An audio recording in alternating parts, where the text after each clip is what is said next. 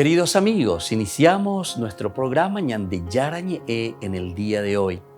Y antes imploramos la presencia del Señor que abra nuestras mentes, nuestros corazones y entendamos su voluntad de nuestra vida.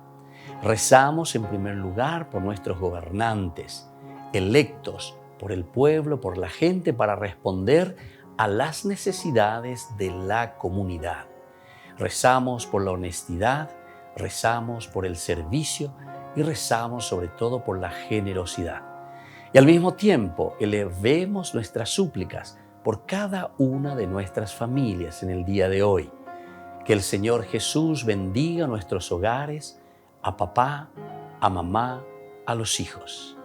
Y por último rezamos también por todos los agentes de pastoral que están al frente de evangelizar y hacer llegar la palabra de Dios en la construcción del reino de Dios.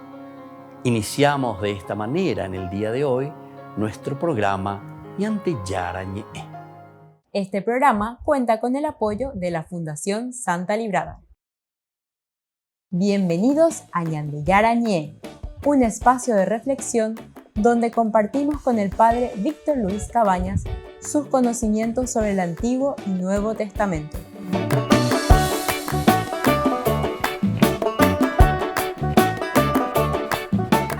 Comercial San Cayetano patrocina este espacio de evangelización.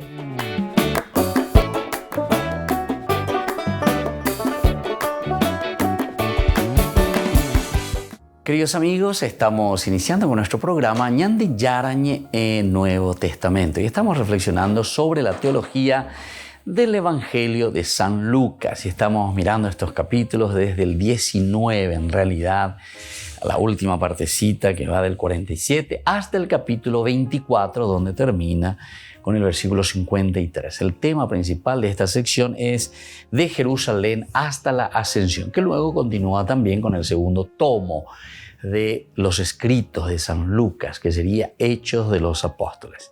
Volvemos a encontrar la Ascensión en el capítulo 1, del versículo 1 hasta el 11. Bueno, entonces nosotros estábamos hablando cómo Jesús se presenta. Hay una disputa aquí, ¿verdad? Y entonces se preguntan. Y es interesante que miremos un poco como que le quieren poner a prueba, ¿verdad?, a Jesús con respecto al impuesto debido a la autoridad. ¿Le debemos pagar o no le debemos pagar el impuesto? Esta es entonces la disputa de Jesús. Este es el centro. Y nosotros decíamos que no se levanta contra el César de Roma, Jesús. Absolutamente, sino que en ese momento Jesús les dijo: den al César lo que es del César y a Dios lo que es de Dios. Así no pudieron sorprenderlo en ninguna palabra delante del pueblo y llenos de admiración por su respuesta tuvieron que callarse. Bueno, esto es lo que Jesús dice desde aquella vida tras la muerte en la que igualmente han creído los escribas. Mirando así las cosas, ni Roma ni Israel tienen razones de importancia contra el Cristo. Ni Roma ni Israel mismo, entonces. Y sin embargo, habrán de condenarle. No encuentran una razón, pero tienen que condenarle. Algo tenemos que hacer, de alguna manera tenemos que hacer. Lo harán porque no entienden el sentido del Mesías. Y eso es lo que nosotros estábamos diciendo. Desde el 41 al 44 no se entiende quién es este Mesías. Jesús les dijo entonces: ¿cómo se puede decir que el Mesías es hijo de David si el mismo David ha dicho en el libro de los Salmos: dijo el Señor a mi Señor, siéntate a mi derecha hasta que ponga a tus enemigos debajo de tus pies? Si David lo llama Señor, ¿cómo puede ser hijo suyo? Hasta ahí entonces lo va a poner, ¿verdad? Entonces, de esta discusión, en realidad no se entiende quién es el Mesías, o mejor dicho, no quieren comprender, porque les está cambiando el chip, la mentalidad. ¿Cómo es este Mesías que aquí se nos está presentando? ¿Qué clase de Mesías? Ellos en realidad están, en todo caso, esperando en un Mesías baretecho, como decimos, ¿verdad? Tú a ver tumbo y para lleva entonces que esto sí que tenía que soliviantar al pueblo, tener gente que esté a su favor. y de todas partes, ¿verdad? No solamente también contra los que están atentando contra el poder, ¿verdad? Que serían los romanos. Entonces, donde nosotros, los judíos, asumimos, ¿verdad? El gobierno, asumimos la dirección de nuestro pueblo, de nuestra gente, de nuestra nación. Sin embargo, Jesús nos se presenta de esta manera. Y esto es lo que cambia un poco todo el modelo, todo el cliché que ellos tenían con respecto al Mesías.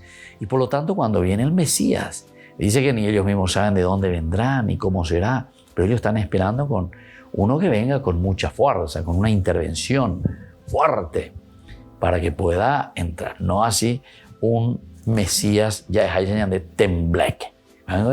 Mesías tembleque. Cuando va viendo ya pues. Viene y te habla del amor, de la paz, te habla entonces del amar hasta incluso al enemigo.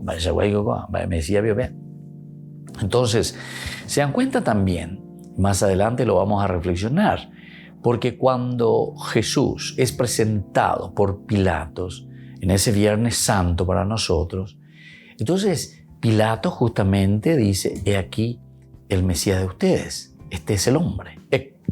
Entonces, al final después les va a preguntar, si este es el Mesías de ustedes, ¿quieren que yo verdaderamente lo libere al Mesías de ustedes? Porque ustedes dicen que este es el Mesías, el rey de los judíos. Nada viene a la pena del rey. Pero un Jesús con espinas, un Jesús todo sangrado, un Jesús atado de manos, ¿verdad? Un Jesús sufriente, doliente en ese Viernes Santo después de ser juzgado prácticamente, azotado, golpeado durante toda la noche. Imagínense entonces con qué rostro le están presentando al Mesías, que cambia totalmente la imagen del mesianismo de lo que ellos están esperando. Y ahí tiene sentido, ¿verdad? Que el pueblo, que la gente, que los judíos que estaban esperando en un Mesías baretello, como estábamos diciendo, les diga Pilato, ¿le suelto o no le suelto? No, a ese no, que va, el Mesías vive pegando y por ahí. Pero yo no encuentro ninguna culpa en este hombre. Vaya por allí, ¿qué quiere que haga? Lo voy a largar. Y entonces ellos dicen, no, Barrabás. Cuando le preguntan, ¿le suelto a esto o a Barrabás? Ciertamente que a Barrabás se le presenta como alguien que está ahí, sí, medio soliviantando al pueblo, como animando al pueblo. Aquí estoy yo, ¿verdad? Entonces, como alguien que será capaz, en todo caso, de ponerse al frente de ese pueblo, tal vez, no sé, como Mesías o no, pero por lo menos tiene otra imagen. Sin embargo, la de Jesús no. Es un Jesús sufriente, un Jesús que está ahí calladito, un Jesús que en todo caso está ensangrentado, ¿verdad? Entonces por eso prefieren a Barrabás.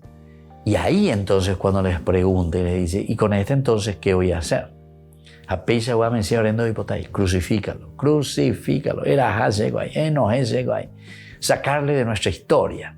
Eso es lo que verdaderamente entonces, si queremos pensarlo de un aspecto histórico, podemos entender muy bien cómo el pueblo reacciona contra Jesús ante estas preguntas que hace Pilato. Volvemos enseguida con más de Yarañe e Nuevo Testamento.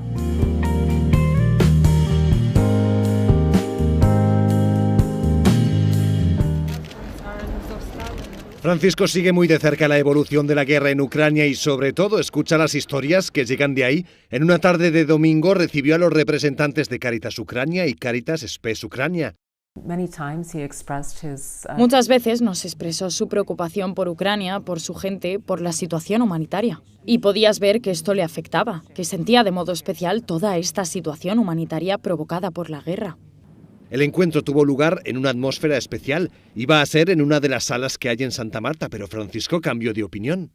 No, please enter in my room. No, por favor, no. Entren en mi habitación. Yo pensé, Dios mío, este no es el típico lugar de reuniones. No, nos invitó a su habitación y nos invitó a su intimidad. Se reunieron en su habitación y allí le contaron historias como el consuelo que un sacerdote llevó a un hombre sin fe al que le habían tenido que cortar las piernas en un hospital de Kharkiv.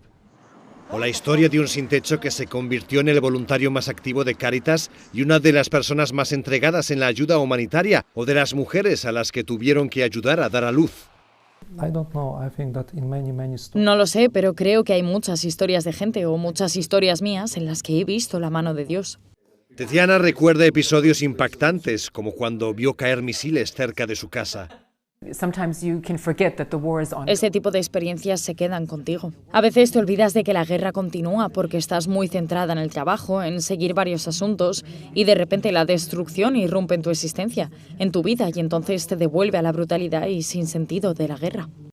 Francisco quiso reunirse con ellos para escuchar todas sus historias y manifestar su cercanía. Esta foto es la demostración del encuentro y, por cierto, fue la primera vez que el Papa se dejó ver con bastón, señal de que está mejorando su rodilla, puesto que en la semana anterior se había presentado siempre en silla de ruedas. El Papa Francisco con bastón, una novedad que le permitió recibir de pie a los responsables de Cáritas Ucrania este fin de semana, en el que también recibió la visita de Monseñor Víctor Manuel Fernández Tucho, quien publicaba a través de las redes sociales que el Papa hace 2 horas de rehabilitación diarias y está mejor de la rodilla. Arzobispo de La Plata y amigo personal de Jorge Bergoglio desde antes de que accediera a la cátedra de San Pedro, Monseñor Tucho es considerado uno de los teólogos del Papa, quien le hizo de mentor cuando ambos estaban en Argentina. El pontífice se estaría recuperando de la infiltración a la que él mismo anunció se iba a someter a primeros de mes. De hecho, en sus últimas apariciones siempre se ha presentado en silla de ruedas. Y ya durante semanas sus problemas de movilidad habían condicionado cada aparición pública. El médico me ha detto di non camminare. A me piace andare, ma questa volta devo vedere il medico. El pontífice superó el año pasado una delicada operación de colon y padece ciática, además de artrosis en la cadera. El Papa Francisco con bastón, una novedad que le permitió recibir de pie a los responsables de Cáritas Ucrania este fin de semana, en el que también recibió la visita de Monseñor Víctor Manuel Fernández Tucho, quien publicaba a través de las redes sociales que el Papa hace 2 horas de rehabilitación diarias y está mejor de la rodilla. Arzobispo de La Plata y amigo personal de Jorge Bergoglio desde antes de que accediera a la cátedra de San Pedro, Monseñor Tucho es considerado uno de los teólogos del Papa, quien le hizo de mentor cuando ambos estaban en Argentina. El pontífice se estaría recuperando de la infiltración a la que él mismo anunció se iba a someter a primeros de mes. De hecho, en sus últimas apariciones siempre se ha presentado en silla de ruedas. Y ya durante semanas sus problemas de movilidad habían condicionado cada aparición pública. El médico me ha detto di non camminare. A me piace andare, ma questa volta devo vedere il medico. El pontífice superó el año pasado una delicada operación de colon y padece ciática, además de artrosis en la cadera.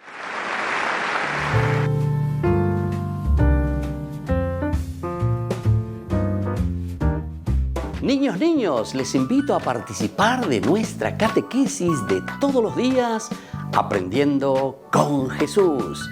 Desde las 18 horas nos encontramos por YouTube. No se olviden, queridos niños, que Jesús a través de su palabra nos enseña tantas cosas lindas. Y ustedes no se olviden de suscribirse y de activar la campanita. Nos vemos allí, queridos niños, aprendiendo con Jesús.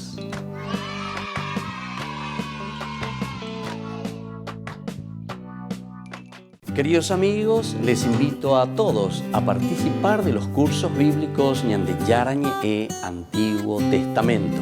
A través de YouTube, visite nuestra biblioteca virtual Ñande Yarañe e Antiguo Testamento. Y les invito a todos a suscribirse y a activar la campanita. Nos vemos allí. Ñande Yarañe e Antiguo Testamento.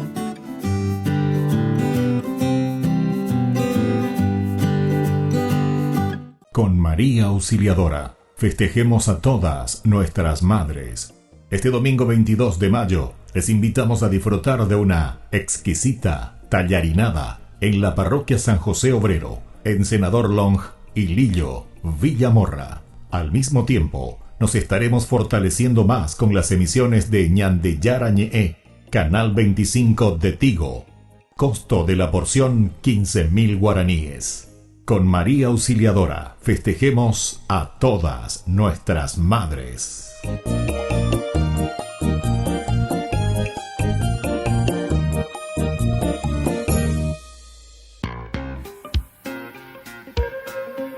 En la ciudad de Luque, la economía se llama Supermercado San Cayetano. Compruebe sus precios bajos en productos cárnicos de primera calidad.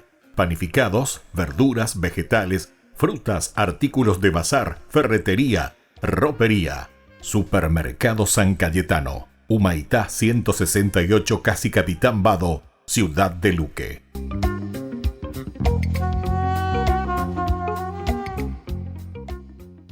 Queridos amigos de Ñande Yarañe, les informamos que la misa diaria cambia a las 6 de la mañana. Todos están invitados a participar a través de los medios de comunicación. Les invito a participar de nuestro programa Jóvenes para los Jóvenes en Familia. Nos encontramos todos los domingos a las 15 horas por YouTube. Allí participamos y encontramos a jóvenes venidos de distintas latitudes de nuestro país con sus ideales, con sus proyectos, con sus actividades, con sus esperanzas y principalmente con sus testimonios de vida. Les invito a acompañarnos todos los domingos por YouTube, Jóvenes para los Jóvenes en Familia.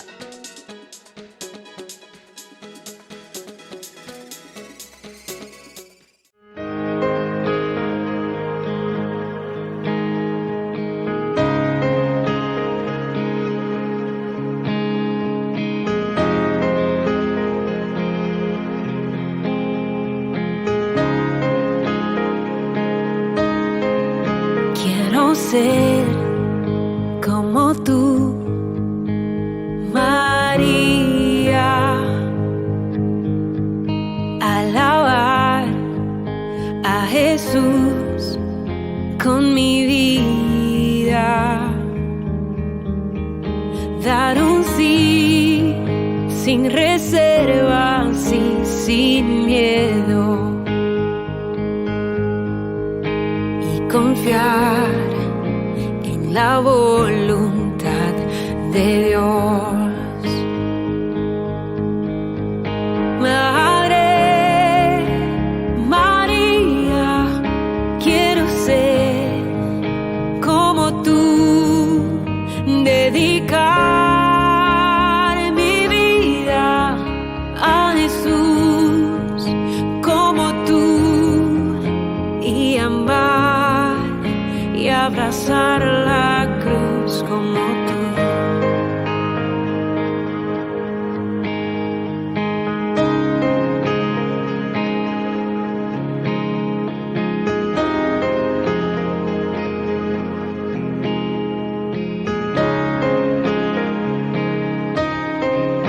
Caminar en santidad de tu mano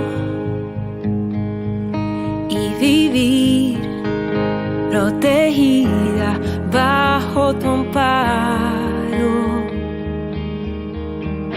tener tu mirada llena de paz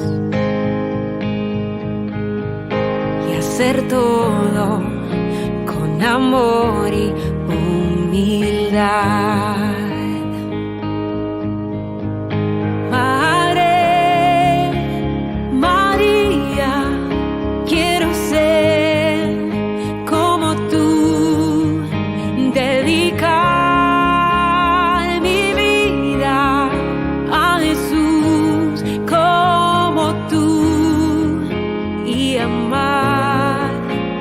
Abrazar la cruz como tú.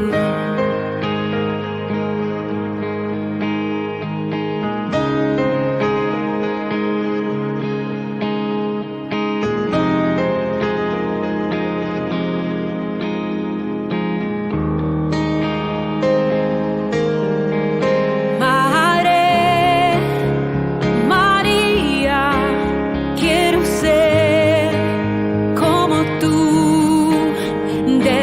Dedicar mi vida a Jesús como tú y amar y abrazar la cruz como tú.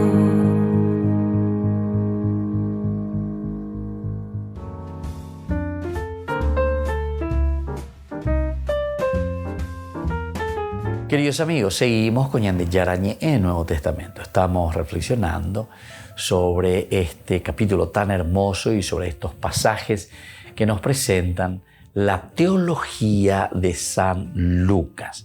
Estábamos mirando que prácticamente Jesús no se levanta contra el César.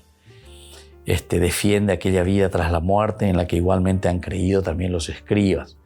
Mirando así las cosas, ni Roma ni Israel tienen razones de importancia contra el Cristo. Sin embargo, dijimos que habrán de condenarle. Lo harán porque no entienden, decíamos, el sentido del mesianismo. No le comprenden a este Mesías, no saben quién es.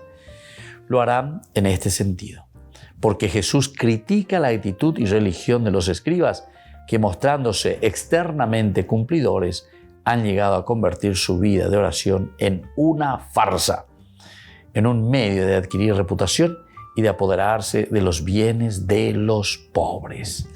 Esto lo encontramos desde el 45 en adelante, como Jesús le echa en cara y dijo a los discípulos, de manera que los oyera todo el pueblo: tengan cuidado de los escribas a quienes les gusta pasearse con largas vestiduras, ser saludados en las plazas y ocupar los primeros asientos en las sinagogas y en los banquetes, que devoran los bienes de las viudas y fingen hacer largas oraciones. Esos serán juzgados con más severidad. Y con esto termina el capítulo 20 del 45 en adelante. Es decir, aquí Jesús echa en cara, les dice cuál es la realidad, cómo ellos se están comportando. En realidad no están respondiendo al querer y a la voluntad de Dios, lo que Dios les pide, sino que ellos simplemente están buscando su propio provecho. Por eso Jesús está criticando la actitud y la religión de los escribas. Se muestran externamente cumplidores. Y vale formar la yurube por lo menos. Como si fuese que son cumplidores. Pero han llegado a convertir su vida de oración en una farsa. Esto es lo que Lucas quiere acentuar, esto es lo que Lucas nos quiere dar a conocer. Todo lo que están presentando aquí son simplemente elementos que muestran más bien una desilusión, ¿verdad? ¿Por qué? Porque es una farsa. La oración convertida en una farsa. En un medio de adquirir más bien reputación y de apoderarse de los bienes de los pobres. Este es el otro problema. Se apoderan de los bienes de los pobres. De toda la grandeza del templo y sus riquezas, Jesús solo ha adquirido como buena aquella ofrenda de una pobre, de una viuda que se priva de verdad de aquello poco que le queda. Y sin decirlo, lo introduce en el tesoro para el templo. Miren entonces aquí. Qué hermoso que es, ¿verdad? Todo lo que estamos mirando y todo lo que estamos viendo. Entonces, lo que valora Jesús aquí como el tesoro verdadero de una entrega y de una generosidad es cuando el pueblo se preocupa, o el cristiano sería en este caso, porque los evangelios como comunidad están hablando para esa comunidad cristiana. Entonces es buscar lo esencial, lo fundamental, lo elemental, para hacer crecer la comunidad. Aquí entonces no nos apoyamos simplemente buscando bienes materiales. Esto, queridos hermanos, me parece que es importante que tengamos en cuenta. Porque nosotros apenas pensamos en proyectos, pensamos en evangelización, pensamos en algo que queremos hacer, siempre lo primero que pensamos es a ver a quién le vamos a pedir plata, de quién vamos a conseguir dinero para hacer ese proyecto. En realidad, sin necesidad de pedir, sin necesidad de estar detrás de nadie, cada uno tendría que ser consciente de aportar lo suyo, de dar lo suyo. No tendríamos que ir ahí y meter la mano en el bolsillo de cada uno para que se dé cuenta de que tiene que aportar algo y que tiene que dar para que la comunidad funcione. Lucas en este sentido es una persona espectacular. Entonces cada uno tiene que pensar un poco. A ver, vos sos bautizado, soy bautizado. ¿Hiciste tu primera comunión? ¿Hiciste tu confirmación? Hice mi confirmación. Bueno, ahora, ¿en qué es lo que confirmas? Y no sos capaz de dar un centavo para la evangelización. A ver, quiero saber, vos de tu sueldo. Nosotros decimos 10%, pero ese en el Evangelio no existe más el diezmo, en realidad el 10%. Hechos de los Apóstoles dice que todos los discípulos ponían todo aquello que tenían para llevar adelante la construcción del reino de Dios. Jamás dice, vea, ¿hemos matalan de sueldo? No se refiere aquí de poner plata o no plata el 100%, ¿verdad? Sino que aquí se refiere a tu conocimiento y tu capacidad de las necesidades que existen. Y entonces te vas a empeñar por ser generoso. Entonces ahí yo te quiero ver. A ver, ¿qué vos haces? ¿Cómo haces? O siempre estás esperando, porque muchas veces nosotros seguimos esperando en aquellos que puedan, en aquellos que tengan. Entonces quiere decir que vos no entendiste nada de lo que es la vida cristiana. Porque justamente Lucas está insistiendo en este aspecto. Y si nosotros tenemos que ir a la verdadera conversión, tendríamos que entender en este sentido. Entonces no hace falta que yo me vaya y le pregunte a cada uno, ¿verdad? A ver, ¿cuál es tu aporte? ¿Cuál es tu ayuda? ¿Cómo vos estás sosteniendo a tu comunidad? Porque aquí te está hablando de la comunidad en realidad Lucas. Lucas es el evangelista que más habla y más se preocupa de la comunidad en un sentido de un crecimiento y de una generosidad. La generosidad, como estábamos diciendo aquí, ¿verdad? De parte del cristiano que se compromete con su bautismo. Si vos no lo haces, entonces quiere decir que te falta mucho como cristiano. De entonces, pedala cristiano ureína. Por eso, no, yo ya estoy bautizado, yo ya hice mi primera comunión, yo ya cumplí pama. Ne cumplí, en síntesis, de ella poimba eve. Porque quiere decir que no entendiste lo que significa entrar en este camino de compromiso con tu comunidad en el reino de Dios, en la construcción de lo que el Señor nos está pidiendo, que es poner ese granito de arena para que el reino de Dios se haga presente en medio de nosotros. Volvemos enseguida con más Ñande Yarañe e Nuevo Testamento.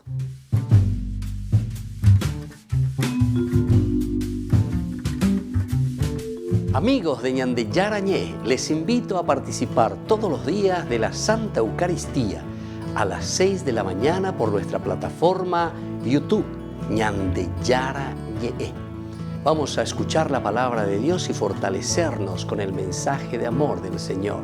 Vamos a renovar nuestra vida y sobre todo vamos a caminar con el cuerpo y la sangre de Jesús que nos alimenta. Les invito a suscribirse y a activar la campanita. Ñande Yarañe e YouTube.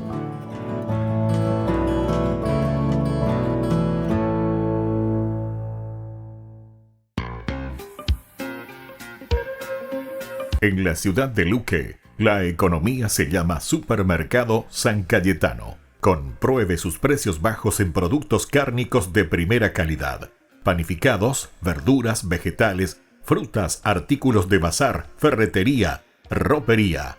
Supermercado San Cayetano, Humaitá 168, Casi Capitán Vado, ciudad de Luque.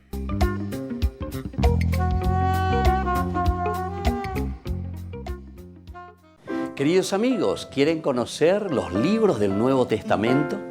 Les invito a través de nuestra biblioteca digital por YouTube Ñande Yarañe e Nuevo Testamento. Ya hemos desarrollado los libros de San Marcos, San Mateo y ahora estamos comenzando el libro de San Lucas. Les invito a suscribirse y a activar la campanita. Nos vemos allí.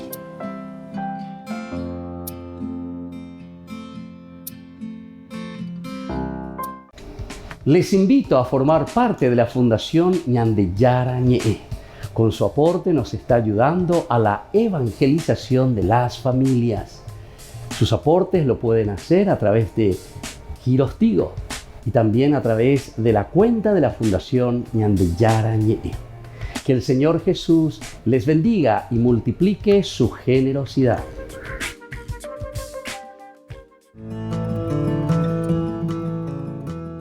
Biografía del siervo de Dios, Padre Julio César Duarte Ortellado, hijo de don Simón Duarte Jiménez y doña Juana Bautista Ortellado Espínola.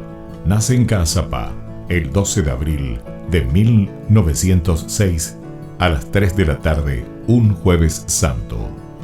Julio César fue bautizado por el presbítero Guillermo Díaz el 10 de agosto de 1906 en la parroquia iglesia de San Pablo de Caazapá. Creció en una ciudad que era centro de las actividades evangelizadoras de los padres franciscanos. Al crecer, Julio César asistía a la catequesis, reunía en su domicilio a los niños de su edad y en su patio utilizaba de púlpito un barril para repetir las homilías del domingo. A los 14 años, ingresó al Seminario Conciliar de Asunción y en 1921 sale de Caazapá. A los 20 años, y con un telegrama del vicario general del arzobispado, Monseñor Dr. Hermenegildo Roa, dio permiso al padre Julio para concluir sus estudios en el Pontificio Colegio Pío Latinoamericano. En 1929 fue ordenado sacerdote por el Papa San Pío X, el día de Cristo Rey, y un día antes del cumpleaños de su padre don Simón. En una de las cartas a sus padres, rememoraba los días en los que, de chiquito, usaba el sobretodo de su papá para celebrar la misa y confesar. En la misma, daba gracias a Dios por haber llegado hasta su ordenación. Luego de una gira por Europa, regresó al Paraguay en uno de los cañoneros El Humaitá y había sido nombrado capellán de 2 embarcaciones importantes durante la Guerra del Chaco. Durante 1931 fue designado vicario cooperador de la parroquia de la Encarnación.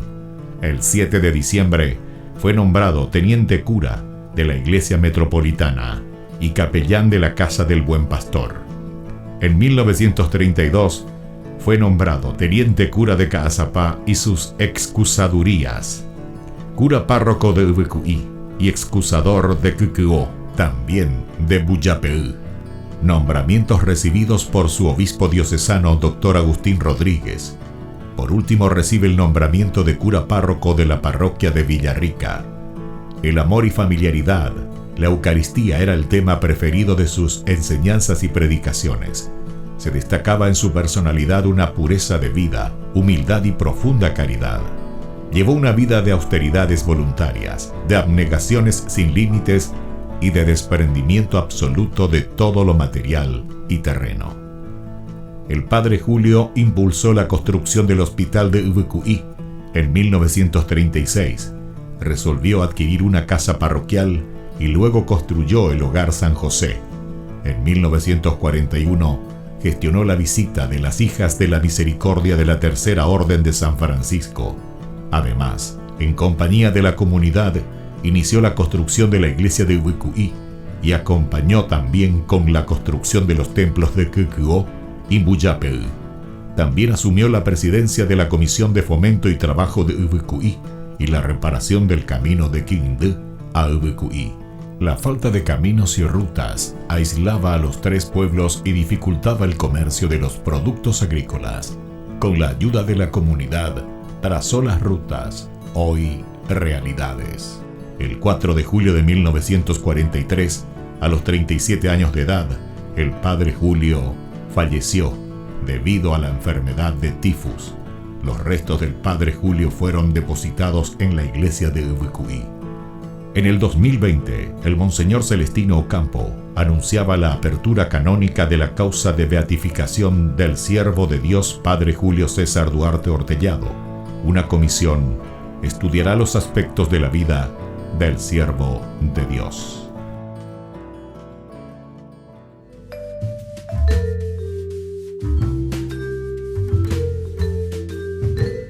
Queridos amigos, seguimos con Ñande Yarañe en Nuevo Testamento. Estamos reflexionando sobre este libro hermoso, sobre esta teología de San Lucas. Estamos leyendo aquí la advertencia de Jesús contra los escribas, el capítulo 20, desde el 45 en adelante. Y dijo a los discípulos, de manera que lo oyera todo el pueblo. Tengan cuidado de los escribas. a quienes les gusta pasearse con largas vestiduras, ser saludados en las plazas y ocupar los primeros asientos en las sinagogas y en los banquetes, que devoran los bienes de las viudas y fingen hacer largas oraciones. Esos serán juzgados con mayor severidad. Aunque parezca que Jesús no vino a destruir el judaísmo, atención, Jesús no viene, ¿verdad?, a destruir. Él dice, yo no vine a cambiar ni una tilde, ni un puntito de la i. Aunque confiese en unión con los escribas que los muertos hallan vida en el Dios que les recibe, su misión y su persona han superado la verdad del templo. Atención entonces aquí. Es decir, lo que Jesús está diciendo es más bien todo el judaísmo, todo lo que hemos aprendido, toda la Torá, todos los ritos, está muy bien, eso lo tenemos aquí. Pero Él no habla directamente de una destrucción, tenemos que destruir todo esto, sino que justamente Él dice, tenemos que dar un salto cualitativo, tenemos que dar un paso. Pero el judaísmo, el Antiguo Testamento, para Jesús es la base para poder entender el salto cualitativo. Lo que Dios está pidiendo y lo que Dios nos está también regalando con su presencia. Y por eso dice, su misión y su persona han superado la verdad del templo. Incluso recuerdan que hay otros que vienen y dicen, sí, este que estuvo y dijo que hay que destruir el templo y que en 3 días lo va a reconstruir, etc. ¿Se acuerdan? Bueno, esto es superar justamente el templo, ir mucho más allá del templo. No podemos quedarnos simplemente con los ritos en torno al templo, ¿verdad?, sino que tenemos que superar todo esto. Cuando Israel se encierra y no recibe la palabra de Jesús, su templo se convierte en una pura realidad del mundo. Una realidad del mundo. Porque andañamoñe lleva, andañamoini peñan de yara, tendo taisharamo. La ñan de yara no imeno ayepa. Peñan de nondepe, hauero guatajina la hoy cualcasea ñande. Entonces, queridos hermanos, no estamos en lo elemental, en lo central, en eso que el Señor nos está pidiendo y nos está regalando. Pertenece a las funciones de la tierra que no tiene más ley que el perecer y que por tanto se dirige hacia la ruina. Ahora, ¿cuándo? Precisamente Jesús habla en el templo. Desde allí supera lo que es solo realidad, que pasa y nos dirige hacia la auténtica verdad definitiva. ¿Cuándo? De la destrucción del templo nos conduce hacia el destino universal del cosmos y sus hombres. Entramos así en el ambiente apocalíptico. Entonces, decíamos hace rato que todo esto de la entrega, de la generosidad, de lo elemental y lo fundamental, desde el capítulo 21 hablamos, ¿verdad?, de la ofrenda de esa viuda, que eso es lo que al final de cuentas, esa generosidad que uno pone, ¿verdad?, para hacer crecer la comunidad. Pero lo interesa, veñan de yara. Va ella bañandea lleva yeye esa cama, epañandela yecuacá. Después, levantando los ojos, Jesús vio a unos ricos que ponían sus ofrendas en el tesoro del templo. Vio también a una viuda de condición muy humilde que ponía 2 pequeñas monedas de cobre y dijo, les aseguro que esta pobre viuda ha dado más que nadie, porque todos los demás dieron como ofrenda algo de lo que le sobraba. Pero ella, de su indigencia, dio todo lo que tenía para vivir. Todo lo que tenía para vivir es lo que da esta pobre viuda, ¿verdad? Ahora vamos a entrar en el aspecto más bien de los signos, ¿verdad?, precursores del fin. Antes que nada te anuncia ya la destrucción del templo, decíamos. Pero, ¿cómo y qué clase de destrucción? Porque Jesús, decíamos, que en ningún momento está viniendo a decir hay que destruir, ¿verdad?, el judaísmo. Él no habla de esa manera. Simplemente nosotros nos damos cuenta después que su misma propuesta hace que los demás quede de lado, quede destruido de cierta manera. Y como algunos, hablando del templo, decían que estaba adornado con hermosas piedras y ofrendas votivas, Jesús dijo: de todo lo que ustedes contemplan, un día no quedará piedra sobre piedra. Todo será destruido. Ellos le preguntaron: Maestro, ¿cuándo tendrá lugar esto? ¿Y cuál será la señal de que va a suceder? Entonces le están preguntando, ¿verdad? Y le están diciendo: Señor, ¿cuándo va a suceder todo esto? ¿Y cuál llegue? Y aquí es donde vamos a entrar en el aspecto más bien apocalíptico, digamos, y vamos a estudiar un poco sobre este aspecto apocalíptico que Lucas nos va ofreciendo. Esto va desde el capítulo 21 del versículo 8 hasta el versículo 19, los signos precursores del fin. ¿Qué es lo que se manifiesta o cómo se manifiesta, verdad? Estos signos que nosotros le llamamos de revelación, porque al final de cuentas la palabra Apocalipsis significa la misma revelación de Dios, cómo Dios se da a conocer a cada uno de nosotros. Volvemos enseguida con más Ñande Yarañe e Nuevo Testamento.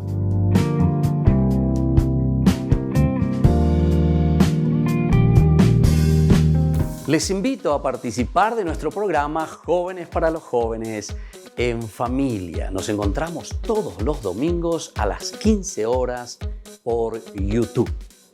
Allí participamos y encontramos a jóvenes venidos de distintas latitudes de nuestro país con sus ideales, con sus proyectos, con sus actividades, con sus esperanzas y principalmente con sus testimonios de vida. Les invito a acompañarnos todos los domingos por YouTube, Jóvenes para los Jóvenes en Familia.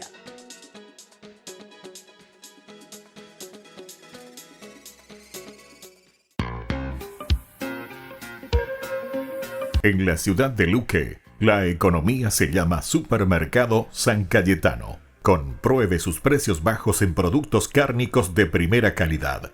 Panificados, verduras, vegetales, frutas, artículos de bazar, ferretería, ropería. Supermercado San Cayetano, Humaitá 168, Casi Capitán Vado, ciudad de Luque.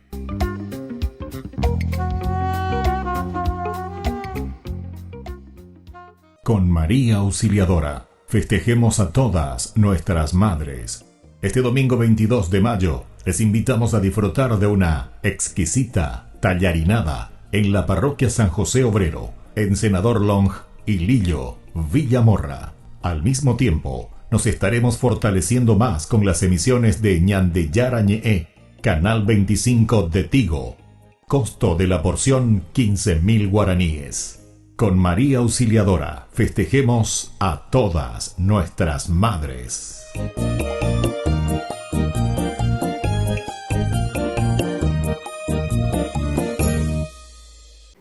Niños, les invito a participar de nuestra catequesis de todos los días, Aprendiendo con Jesús.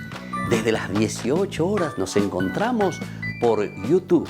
No se olviden, queridos niños, que Jesús a través de su palabra nos enseña tantas cosas lindas. Y ustedes no se olviden de suscribirse y de activar la campanita. Nos vemos allí, queridos niños, Aprendiendo con Jesús.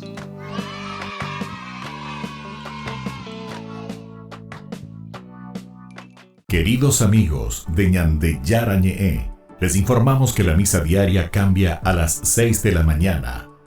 Todos están invitados a participar a través de los medios de comunicación.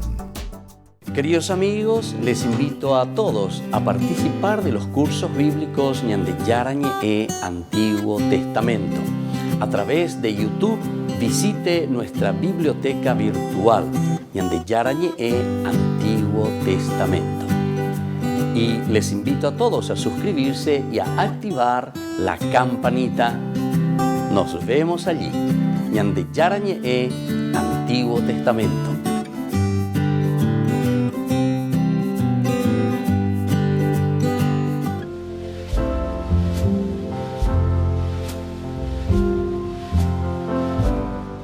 Queridos amigos, estamos iniciando con la palabra del Señor, como siempre, Dios que camina con nosotros, nos acompaña, nos trae su mensaje, su evangelio. Estamos compartiendo desde el libro de los Hechos de los Apóstoles, capítulo 15, del 1 al 6. Hechos de los Apóstoles, entonces, nos acompaña durante todo este tiempo de Pascua, capítulo 15, del 1 al 6. En aquellos días, unos que bajaron de Judea se pusieron a enseñar a los hermanos que si no se circuncidaban como manda la tradición de Moisés, no podían salvarse. Esto provocó un altercado y una violenta discusión con Pablo y Bernabé, y se decidió que Pablo, Bernabé y algunos más subieran a Jerusalén a consultar a los apóstoles y sacerdotes sobre esta controversia. La iglesia los proveyó para el viaje, atravesaron Fenicia y Samaria, contando a los hermanos cómo se convertían los gentiles y alegrándolos con la noticia. Al llegar a Jerusalén, la iglesia, los apóstoles y los presbíteros los recibieron muy bien. Ellos contaron lo que habían hecho con la ayuda de Dios. Pero algunos de la secta de los fariseos que habían abrazado la fe intervinieron diciendo: hay que circuncidarlos y exigirles que guarden la ley de Moisés. Los apóstoles y los sacerdotes se reunieron a examinar el asunto. Queridos hermanos, Hechos de los Apóstoles, siempre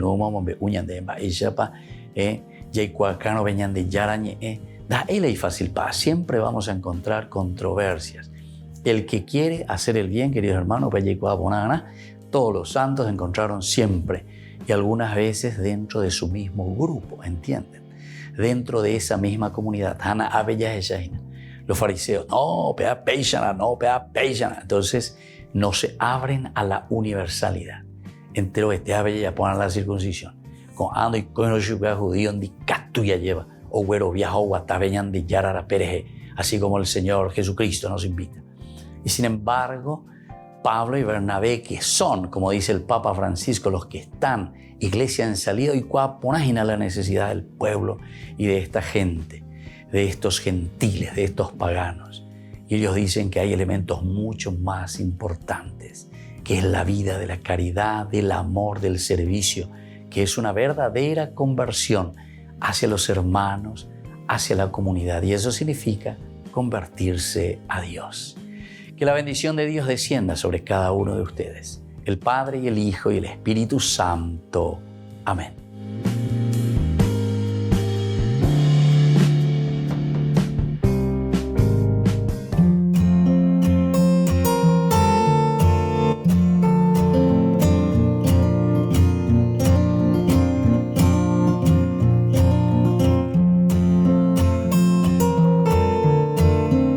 ¿Qué es el sufrimiento? El sufrimiento es una sensación consciente, motivada por cualquier condición del humano que lo hace poner en una angustia, en un dolor, en una tristeza, en un desespero, ya sea por causas físicas, causas espirituales, causas emocionales. Todo nos lleva a un sufrimiento. Son situaciones o personas que me hacen perder la paz, me hacen perder la alegría, el gozo y la sensación también de plenitud.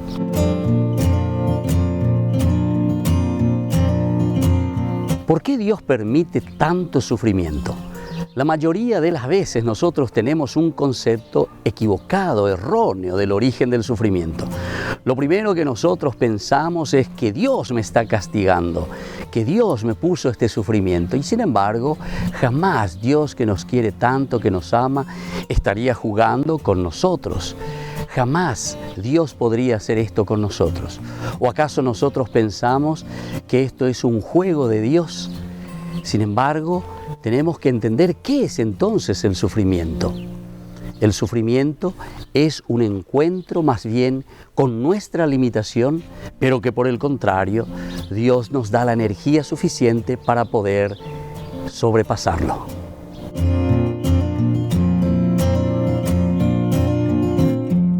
Es válido cuestionar a Dios cuando nosotros sufrimos.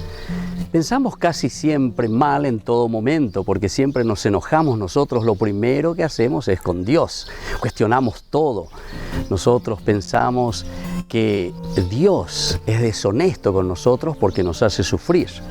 Sin embargo, es mejor hablar con Dios respetuosamente antes que alejarse de Dios. Si nosotros estamos enojados, sufriendo o estamos frustrados, no importa.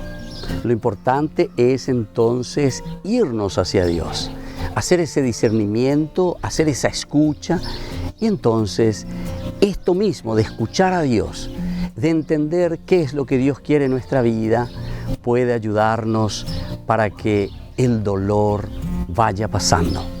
Soy el Padre Víctor Luis. Les espero a todos en las redes, Facebook, YouTube e Instagram.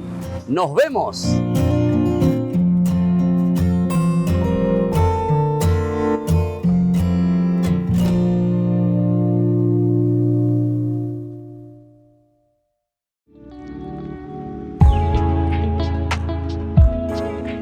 ¿Qué son los dones del Espíritu Santo?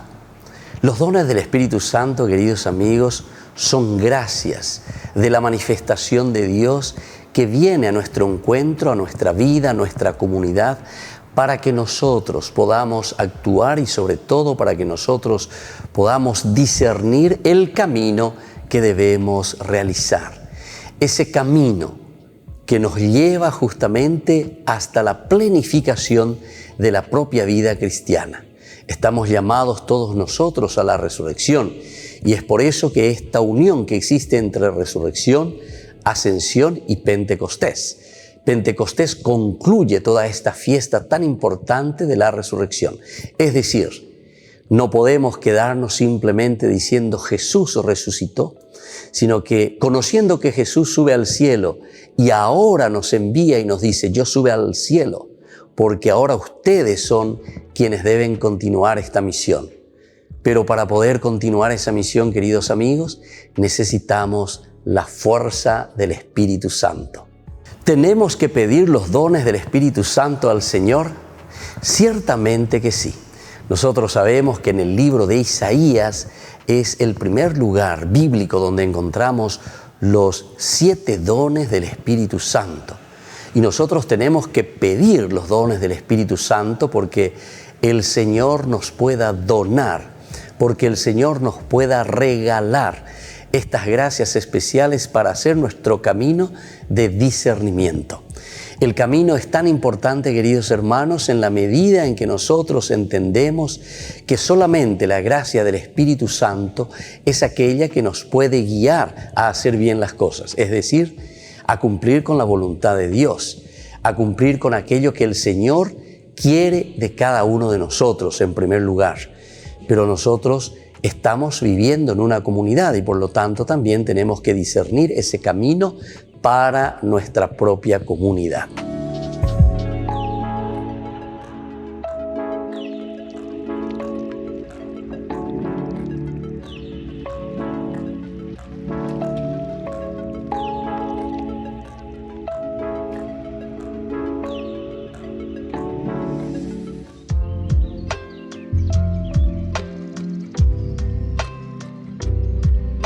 Queridos amigos, seguimos con Ñande Yarañe en el Nuevo Testamento y estamos reflexionando desde el Evangelio de San Lucas. Estamos entrando poco a poco en este capítulo 21 y aquí estamos hablando también de los signos precursores del fin, antes que nada del anuncio de la misma destrucción del templo. Decíamos que en el Evangelio se nos dice que Jesús no viene en realidad a destruir, ¿verdad?, lo antiguo, no viene a destruir la ley, la Torá. Hasta dice Jesús, yo vengo a darle cumplimiento. Ni una comita, ni un punto, ¿verdad?, de la I, yo vine a destruir. Pero sin embargo, en el fondo, es eso lo que tiene que suceder o sucede. Porque cuando hablamos aquí del anuncio de la destrucción del templo, lo que él está hablando es de una sustitución. Entonces, donde el templo ya no tendrá más valor de ser, ¿verdad? O sea, el templo, el holocausto, las ofrendas, el ritualismo de por sí. De esa centralidad del ritualismo se pasa ahora al verdadero templo, ¿verdad? Y el verdadero templo es Jesús mismo. Y como algunos hablando del templo decían que estaba adornado con hermosas piedras, y ofrendas votivas, Jesús dijo, de todo lo que ustedes contemplan, un día no quedará piedra sobre piedra. Todo será destruido. Ellos le preguntaron, Maestro, ¿cuándo tendrá lugar esto? ¿Y cuál será la señal de que va a suceder? ¿Cuál es esa señal de que va a suceder? Y continúa, desde ahí entonces decíamos, los signos precursores del fin. Jesús respondió, tengan cuidado, no se dejen engañar, porque muchos se presentarán en mi nombre diciendo, soy yo, y también el tiempo está cerca. No lo sigan. Cuando oigan hablar de guerras y revoluciones, no se alarmen. Es necesario que esto ocurra antes, pero no llegará tan pronto el fin.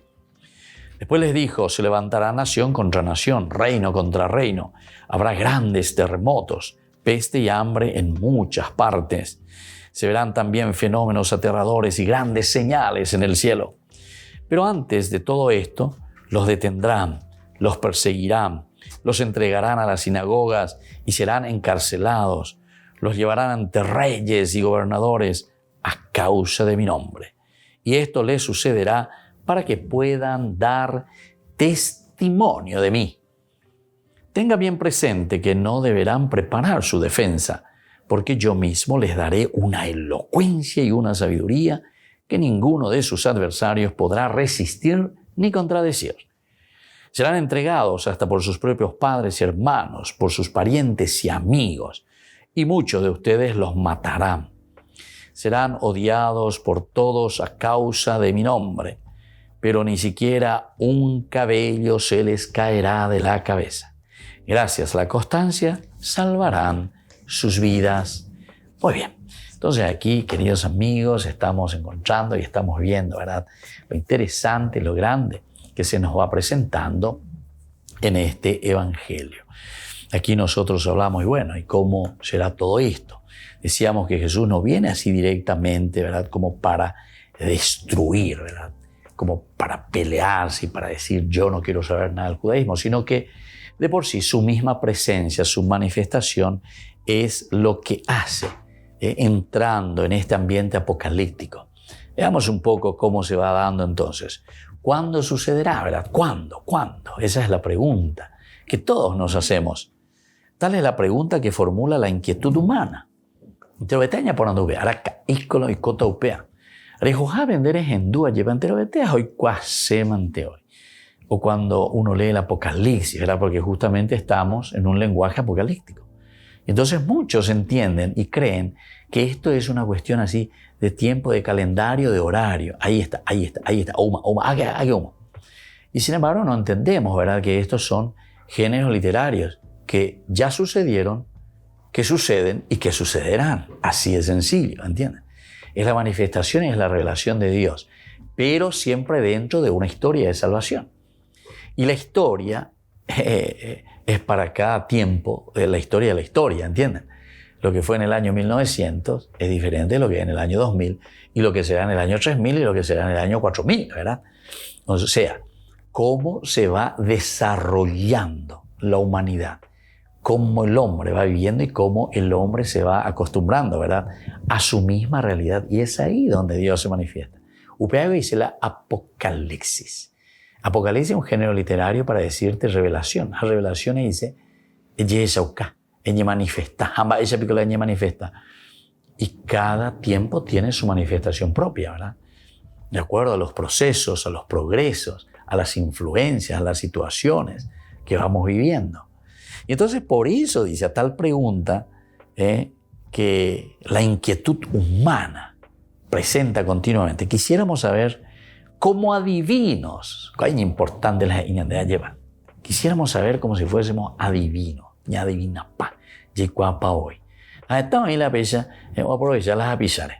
Estamos ahí en mi secta protestante, que lastimosamente se quieren aprovechar, ¿verdad?, de este deseo que tiene el hombre, que tiene la humanidad, querer saber. Y entonces te da una posibilidad, te echa las cartas, te hace el tarot, te hace no sé qué cosa, cuántas mil cosas. O si no, o leen de la Biblia hoy, o interpretan de acuerdo a que, no sé, que tiene una iluminación especial, hoy cuapa hoy. Ahora acá boicota, va ese boicota. Hañande, de allí cuay, allá, la Pohuehuecuera. Bueno, queridos amigos, nos despedimos por el día de hoy.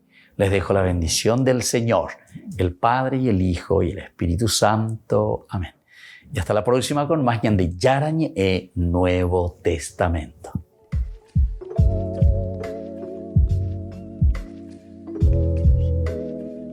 Este programa cuenta con el apoyo de la Fundación Santa Librada. Con esto concluimos nuestro programa Ñande Yarañe con el Padre Víctor Luis Cabañas.